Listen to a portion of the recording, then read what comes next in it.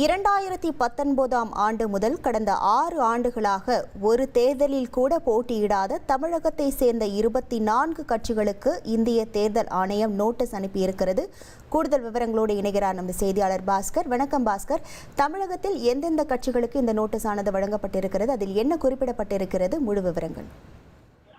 பதிவு செய்யப்பட்ட அங்கீகரிக்கப்படாத அரசியல் கட்சிகள் இந்தியா முழுவதும் 2800 இருக்கிறது.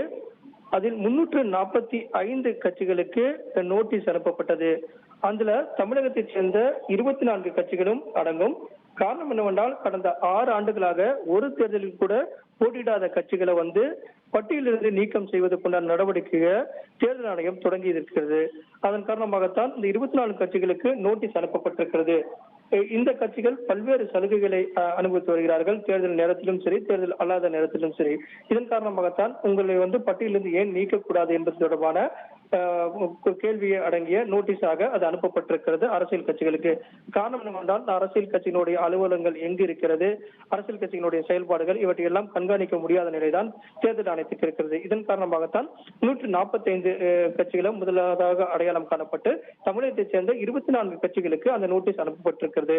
ஒரு மாத காலத்துக்குள் பதிலளிக்க வேண்டும். அது அப்படி இல்லை என்றால் அந்த கட்சிகளை நீக்கம் செய்வதற்கு தலைமை தேர்தல் அதிகாரி பரிந்துரை செய்ய வேண்டும் அப்படிங்கிறதா இந்திய தேர்தல் ஆணையத்தினுடைய அதிரடி உத்தரவாக இருக்கிறது. தமிழகத்தைச் சேர்ந்த 24 கட்சிகள் என்ற அடிப்படையில் பார்க்கும்போது மீனவர் மக்கள் முன்னணி, அதே போல national charity Congress, new life people party, சமூக மக்கள் கட்சி, தமிழ்நாடு மாநில கட்சி உள்ளிட்ட பல்வேறு கட்சிகள் இதில் அடங்கும். யூத் அண்ட் ஸ்டூடெண்ட் பார்ட்டி உள்ளிட்ட பல்வேறு கட்சிகள் என்ற அடிப்படையில் இருக்கிறது. இந்த கட்சிகளுடைய அரசியல் அலுவலகங்கள் எங்கு இருக்கிறது என்ற முகவரி எல்லாம் தேர்தல் ஆணையத்துக்கு தெரியாத நிலை இருப்பதன் காரணமாக ஒரு மாத காலத்துக்குள் பதிலளிக்க வேண்டும் தேர்தல் ஆணையத்துக்கு. பதிலளிக்காத அரசியல் கட்சிகள் அந்த 24 கட்சிகளையும் பட்டியலிருந்து கட்டாயம் நீக்கம் செய்வார்கள். அதன் அடிப்படையில் தான் இந்திய தேர்தல் ஆணையம் இந்த உத்தரவை அதிரடியாக பிறப்பித்துள்ளது.